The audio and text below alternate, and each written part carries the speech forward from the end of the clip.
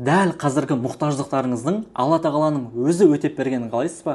Қарызыңыз бар болса шетінен жеңіл оп-оңай жабылып, ойламаған күтпеген жерден мүмкіндіктер мен ақшалар келіп, арман мақсатыңызға галочка қойғыңыз келсе, осы видеоны соңына дейін көріңіз. Менің Балиде өмір сүруіме, шетелге шығуыма, қарыздарымнан құтылып табысымның өсуіне әсер еткен, өзім қалыптастырған мышление жайлы бөліскім келеді. Бүгінгі видеоның тақырыбы баюға қалай дұрыс ниет етеміз. Көп адамға пайдалы болу ниетінде достар, менің YouTube каналыма тіркеліп, лайк басып кетіңіздер. Жалпы мен адамдармен сөйлесу барысында, разбор жасау барысында қазіргі таңда байқайтыным, көп адам бір орында немесе тұрып қалдым деп айтады, табысым өспей жатыр, немесе неше түрлі дұғаларды, амалдарды қолданып жатырмын, бірақ бір орын алмай жатырған сияқты, жұмыс жасау барысында, қимылдау барысында шаршап қалып, тоқтап қалып, выгорать етіп, немесе депрессияға түсіп кетіп жатырмын, өзім қалағандай результаттарды алмаған кезде сынып қалып жатырмын деген секілді неше түрлі мәселелер болуы мүмкін. Немесе өсе алмай жатырмын, жақсы табыс тауып жатырмын, әрі қарай қалай табысымды өсірсем болады деген запростар келеді. Енді қараңыздар, осы дәл қазір өміріңізде сізді мазалап тұрған мұқтаждықтарыңыздың, мәселелеріңіздің өздігінен жеңіл, оңай Алла тағаланың өтеп бергенін қалайтын болсаңыз, осы мәселелеріңіздің, онда кеңес беретін едім, басқа адамдардың мұқтаждығын, басқа адамдардың проблемасын шешу деген ниетті қоюға. Бізде көп жағдайда алушы позицияда боламыз, достар. Бұл өмірде алу беру деген заңдылықты білесіздер, естігенсіздер, мен бұған дейін де түсіндіремін.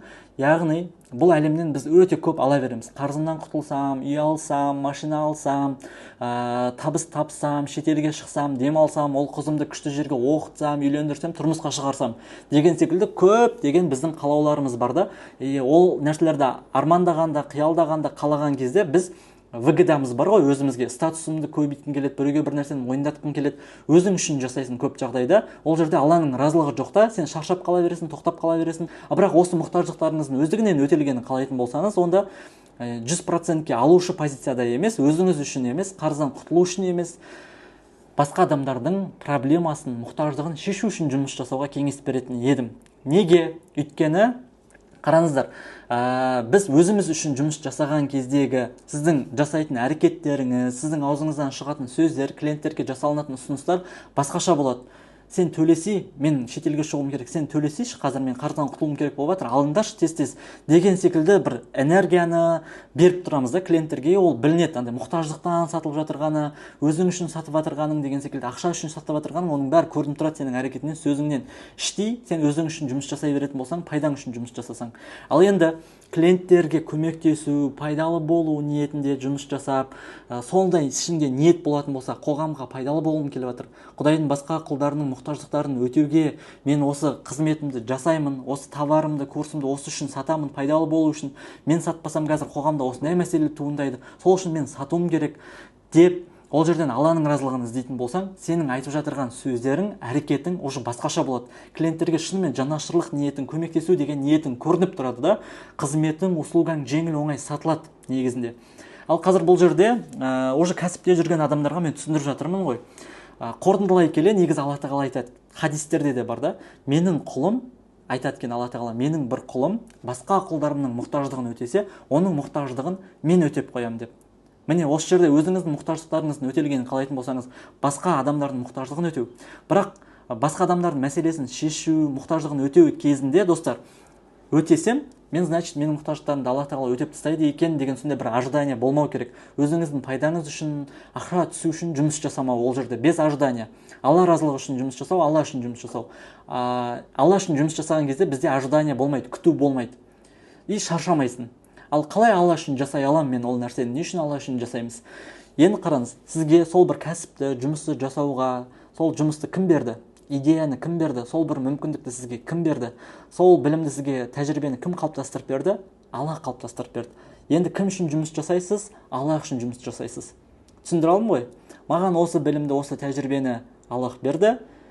И мен Аллах үшін басқа адамдарға пайдалы болуға ниет еттім дейсіз де, қызмет жасайсыз. Ол жерде көмектесу, спасатель болу, тегін бере беру емес, қызметіңізді сату, қолжетімді бағада сату, тегін болсын, тегін беретін нәрсені тегін беріп, әлемге пайдалы болу. Чем TikTok, Reels көріп, ұйықтап жүре бергеннен қараған кезде, қоғамға қызмет ету, сол уақытта адамдарға пайдалы болу бізге ақшаның келуіне әсер етеді. Өйткені ақшаның келуі бұл әлемге пайдалы болған кезде, біреуге проблемасын шешкен кезде, біз сатқан кезде ақша түседі ғой, ал сату үшін сен біреудің бір проблемасын шешу керексің. Енді қалай мен әлемге пайдалы бола аламын, қалай мен кімнің қандай проблемасын шеше аламын, немесе қазіргі жасап жатырған кәсібімде, жұмысымда мен қоғамға, әлемге қалай пайдалы болып жатырмын деп ойлану. Яғни дым айырмашылық жоқ. Қазір қарызыңызды жауып, үй машина алу үшін жұмыс жасаған кездегі кететін уақытыңыз бен энергияңыздағы стрелканы просто аласыз да осы мышлениеға өзгертесіз, басқа адамдардың мәселесін шешуге. Алла үшін деп жұмыс жасаған кезде, басқа адамдарға қызмет жасаған кезде сіз шаршамайсыз да, ол жерде пайда өте көп негізінде. Оған мен живой пример келтіре аламын. Мысалы, менде ақша қарыз бойынша курсым бар.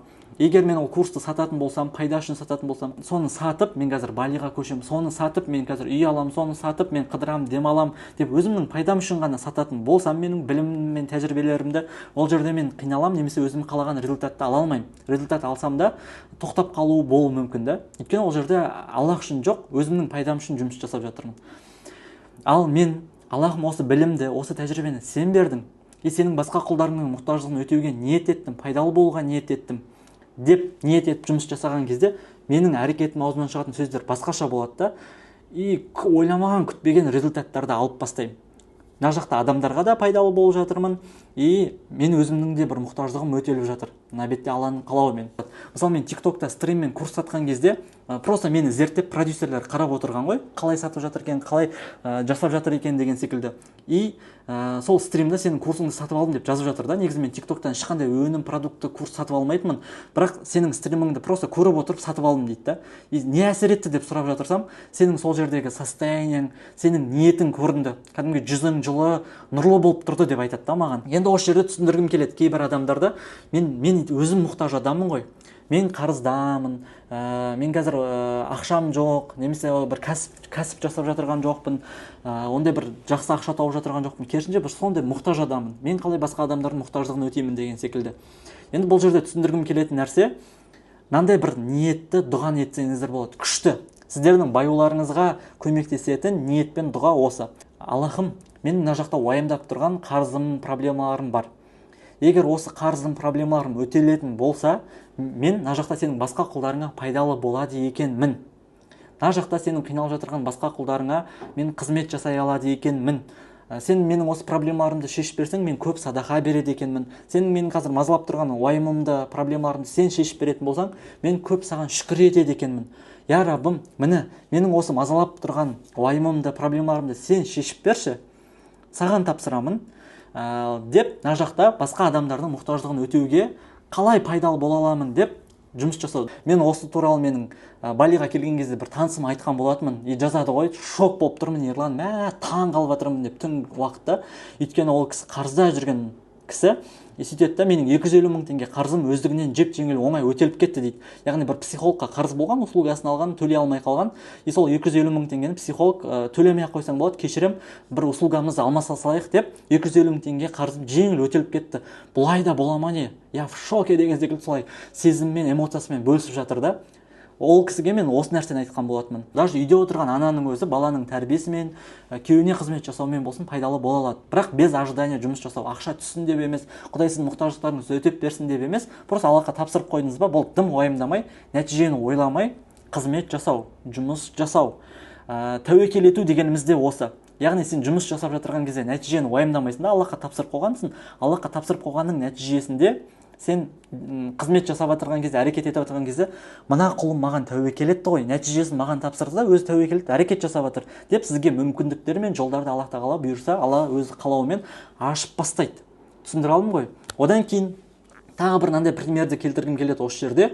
Бір ауылда қуаңшылық болады. Мысал келтіріп жатырмын. Қуаңшылық болады, жаңбыр жаумай қояды, жаңбыр жаумаса шөп шықпайды, жейтін тамақ жоқ, дән жоқ деген секілді. Қуаңшылық, ашаршылық мәселесі туындайды ғой. Сол кезде бүкіл ауыл Аллахтан тасаттық жасап, намаз оқып, жаңбыр сұрайды Аллахтан. Бірақ жаңбыр жаумайды. Сөйтсе сол ауылда бір үйдің ұл қыздары керісінше Аллахтан жаңбыр жаумаса екен деп тілеп жатыр екен. Өйткені сол ұл қыздары кішкентай ғана Аллахым жаңбыр жаумасыншы, жаңбыр жаумасыншы. Жаңбыр жауса үйімізден су кетіп жатыр, жаурап қалып жатыр, суық тиіп қалып жатыр, ауырып қалып жатыр. Жаңбыр жаумасыншы деп жылап тұрып мұқтаждығымен Аллахтан керісінше жаңбыр жаумасын деп сұрап жатыр екен. Енді Аллах тағала кімнің мұқтаждығын қабыл етеді? Әрине, сондай бір мұқтаж болып тұрған, қиналып тұрған құлдарын тыңдайды. Енді мына адамдарға не істеу керек еді? Сол адамдардың мұқтаждығын өтесе, мына бетте Аллах тағала олардың жеріне шөп шығарып, малдарының жайылып, өнімдерінің берекелі болуына бұлардың мұқтаждығын өтеп беретін еді. Ал бұлардың мұқтаждығы өтелу үшін ол сол ауылдағы мұқтаж адамның мұқтаждығын өтесе жеткілікті еді. Енді қараңыздар, тағы бір осы жерде мысал келтірейін. Біз басқа адамдарға көмектескен кезде Алла тағаланың разылығын қалай аламыз? Қалай сонда ол жерде Алла бізге разы болады? Бізді әрбір адамды Алла тағала не үшін жаратты бұл әлемде? Құранда айтады, адам мен жындарды біз құлшылық жасау үшін жараттық деп айтады. Окей, құлшылық жасаудың алдында ұстаздар айтады да, адамды просто жақсы көрген үшін жаратты. Мені осы видеоны көріп отырған сізді, әрбір адамды Алла тағала просто жақсы көрген үшін жаратты. И әрбір адамды просто так жақсы көреді. Енді қызығын қараңыздар, осы жерде мына бетте бір адамдар бар да, бізден де мұқтаж болып тұрған, сізден де мұқтаж болып тұрған адамдар бар. Оларды да Алла тағала жақсы көреді ғой. Бірақ сіздің мәселеңізден қарағанда оныкі қиын болып тұр. Түсіндіре алдым ғой? Енді қараңыз, осы бір мұқтаж адамның бар мұқтаждығын өтесеңіз, оған көмектессеңіз, оның проблемасын шешуге сіз қызмет жасасаңыз, Алла тағала ол адамды жақсы көреді, сізді де жақсы көреді. Енді қараңыз, сіз сондай бір ниетіңізбен барып көмектескеніңіз үшін Алла тағала разы болады. Ол құлдың мұқтаждығын өтегеніңіз үшін Алла тағала сіздің мұқтаждығыңызды өтейді деген осы жерде де бір мысалмен келтіруге болады. Түсіндіре алдым ғой? Сондықтан да осы бір ниетті, осы бір беруші пайдалы болу деген мышлениені қалыптастыратын болсаңыздар, бір жылда 180 градусқа өмірлеріңіз өзгеретін еді. Күтпеген жерден мүмкіндіктер мен ақшалар келіп, мұқтаждықтарыңыз өтелетін еді. Достар, қазір қарызды ойлама, мәселеңізді ойлама, арман мақсатыңыз үшін жұмыс жасама деп айтып жатырған жоқпын. Оны сіз ойламасаңыз, басқа ешкім ойламайды. Ойлаңыз 50%-ке, бірақ 50%-ке хотя бы, 70%-ке хотя бы беруші болатын болсаңыз, 30% өзіңіз ойлаңыз, бірақ 70%-ке беруші болу, пайдалы болу, Алла үшін қызмет жасау деген миссияны қосатын болсаңыз, прям ол молшылықтың, байлықтың кілті ғой, былайша айтқан кезде. Өйткені Илон Маскты мен қарапайым пример келтіремін. Әлемдегі ең ауқымды мәселе не? Экология деп алайықшы. Экология неден бұзылып жатыр? Біздегі ауаның ластануы экология машиналардан. Яғни газбен жүреді, бензинмен жүреді деген секілді. Ал енді тоқпен жүретін машинаны шығару арқылы осы экологияға титтей болсын әсер ете аламыз. Енді тоқпен жүретін Tesla деген машинаны Илон Маск шығарды да, әлемдегі ең ауқымды бір мәселеге титтей болсын үлесін қосты. И Tesla компаниясы арқылы ол миллиардтаған ақшаларды тауып, әлемдегі бай адамдардың қатарында. Яғни біз қоғамдағы, әлемдегі белгілі бір проблеманы шешкен кезде бізге көп ақшалар келеді. Окей, бұл жерде бір көмектесу емес. Илон Маск Тесланы шығарған кезде тегін беріп жатырған жоқ қой, бірақ сатып жатыр. Бірақ ниетінде міне бір ауқымды мәселені шешу. Түсіндіре алдым ғой? Сондықтан да әркім өзінің саласында, қызметінде, қазіргі жасап жатырған жұмысыңызда товар сатыңыз, айлыққа жұмыс жасаңыз, жұмыс жасамасаңыз да қалай мен пайдалы боламын, кімнің қандай проблемасын шеше аламын деп ойлану. Психологтар, коучтар болатын болса, қараңыздар, Қазақстан суицид бойынша әлемде нешінші алдыңғы қатарларда топ 5-ке кіреді, ажырасу бойынша топ 5-ке кіреді. Енді осы статистиканың азаюына біз әсер ету керекпіз. Сол үшін мен YouTube-қа шығып, TikTok-қа шығып, Аллах туралы айтып, осындай ниеттерді айтып, қарыздан шығу туралы білімдерімді мен бөлісе беру керекпін. Тегін болсын, қолжетімді бағада болсын, мен сату керекпін. Егер мен сатпасам, мен шықпасам, осы проблемалар туындай береді. Алла тағала маған бұл білімді, бұл тәжірибені не үшін берді? Қызмет жасау үшін берді. Ал енді жасай алмай жатырмын, қолымнан келмей жатыр деген күннің өзінде мен былай айтамын да, TikTok көріп, немесе ұйықтап, уақытым бос болып тұрған кезде Аллах тағалаға айтамын: "Я Раббым, міне мен ұйықтап жүре бергім келмейді, немесе TikTok көріп, Reels қарап, құр жүре бергім келмейді, уақытымды құр өткізгім келмейді. Сен маған осындай білім бердің, тәжірибе бердің. Я Раббым, мені жақсылыққа, молшылыққа, берекеге қолданшы. Осындай қиналып жатырған қаншама адамдар бар. Сен маған осы білімді бердің ғой, міне сен үшін қызмет жасауға ниеттімін" деп күнделікті ниет ету, достар. Мысалы, мен қазір осы YouTube-қа осы тегін сабақта түсіретін кезде болсын, TikTok-та стримға шығатында кезде болсын, прямой эфирге шығатын болсын, курс сататын болсын, әрбір қызметімнің алдында осы бір ниетті айту. Тоже пример алып, өзіңіздің салаңызға тұрақты түрде әрбір жұмысыңыздың алдында Аллах үшін қызмет жасап пайдалы болу деген ниетті қосатын болсаңыз, сіздің Аллах тағала бұйырса мұқтаждықтарыңызды өтеп бастайды. Ал егер қарызда жүрген адамдар болатын болса, тапқанның бәрі қарызға кетіп жатыр. Қанша курс оқыдым, осындай видео сабақтарды көріп жатырмын, подкаст көріп жатырмын, неше түрлі амалдарды, дұғаларды қолданып жатырмын. Бірақ әлі өмірімде қарыз қайталанып жатыр, табысым өспей жатыр. Қазір состояниеңізді реттегіңіз келіп жататын болса, мен сізге өзімнің тәжірибемде жинақтаған 10 сабақты қолжетімді бағада бере аламын. Прорыв деңгейі деп аталады. 5000-нан астам адамның табыс табуына, қарыздан шығуына, шетел ел жер көруіне көмектескен осындай бір практикалық сабақтар. Аласыз, техникаларды қолданасыз, төлеген 20 000 теңгеңізді әшейін ақтап аласыз. Былайша айтқанда, сіздің бүкіл қарызыңыздан құтылу бұл 20 000 теңге. 10 сабақ Телеграмда сақталған, дайын сабақ, төлем жасалғаннан кейін бірден доступ беріледі, доступ мәңгілік. Бұл сабақты алғаннан кейін қарыз болсаңыз, ақшамен мәселе болып жатырса, срочно ақша керек болып жатса, мен сабағымды ашып қарай бересіз. Өйткені төлеген 20 000 теңгеңізді даже 5 есе ақтап алатын 100 000 теңге техникасы бар. 100 000 теңге техникасын жасағаннан кейін 100 000 теңге түсу ықтималдығы жоғары. Оған отзывтарды осы экранның бетіне шығарамын, қарап көрсеңіздер болады. Бұл техникадан кейін 100 000 теңге түскен көп. Ал бұдан бөлек ақшаға байланысты төлеген ақшаңызды ақтап тастайтын неше түрлі амалдар мен техникалар бар. Қаржыны басқару, даже 100 миллион қарызыңыз бар болса да, қарыздарыңызды шетінен жабатын, ақшаны жинайтын, табысыңызды өсіретін, ақшаны дұрыс басқаратын өзім қолданған мықты схеманы беремін.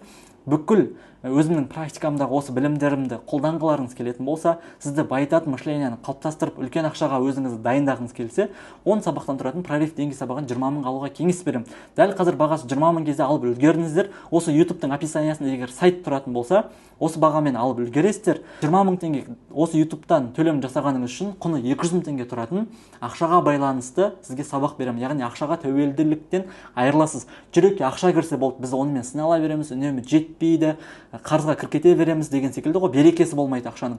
Енді осы жүректен ақшаны алып тастау үшін, сеніміміздің барлығы Аллахқа байлану үшін, сіздің артыңызда 99 көркем есіммен Алла тағаланың тұрғанын сезіну үшін, сондай бір сеніміңізді ақшаға емес Аллахқа байлау үшін құны 200 000 теңге тұратын терең қарыз кезіңіздегі ақшамен бүкіл халіңізді реттеп тастайтын 1 сағаттық кіріспе сабақты бонусқа беремін. Дәл осы сабақты ғана қарап, бүкіл қарызымды жаптым деген отзывтар бар. Оған дәлел мына жерде айтады: сәлеметсіз бе Ерлан мырза, 2 сабақты ғана қарадым, 2 сабақтан ақ нәтиже мощный, күнделікті табыс тауып, қарыздарым толық жабылды. Жұмсаған сайын, бұрын ақша жұмсаған сайын уайым болатын, қазір ақша бітіп қалады деген қорқыныш жоқ. 2-ақ сабағымнан қарызын жапқан адамдар бар да. Сондықтан осы бонусқа 200 000 теңгелік сабақты алғыңыз келетін болса, YouTube-тағы описанияны қарап, 20 000 теңгелік сабаққа төлем жасап үлгеріңіз. Сіздерге міндетті түрде көмектесетініне сенімдімін. 20 000 теңгеңіз жоқ болса да біреуден сұрап болсын, алып алуға стоит сабақ. Бүкіл нәтижелер мен программаны сол описаниядағы сайттан көре аласыз. Ал бүгінгі YouTube-тағы тегін сабақ қалыптастыру керек болған мышление мен осы ниет сіздерге пайдалы болған болатын болса, комментарияда баланс ретінде кері байланыстарыңызды күтемін. Жалпы өзіңіздің салаңызда қандай ниет еттіңіз? Егер дәл қазір сіз сатпасаңыз, қызмет жасамасаңыз, қоғамда қандай проблема болатын еді? Ойланып көріңіз. Алла тағала сізді осы өмірге қандай саламен айналыссаңыз да, белгілі бір миссияда жіберді. Егер осы видеоны көріп отырған болсаңыз, бүгінгі сабақтағы айтылған ниет пен мышление сізге ең керегі, сізді ең өсіретін өсу нүктеңіз болатынына мен сенімдімін.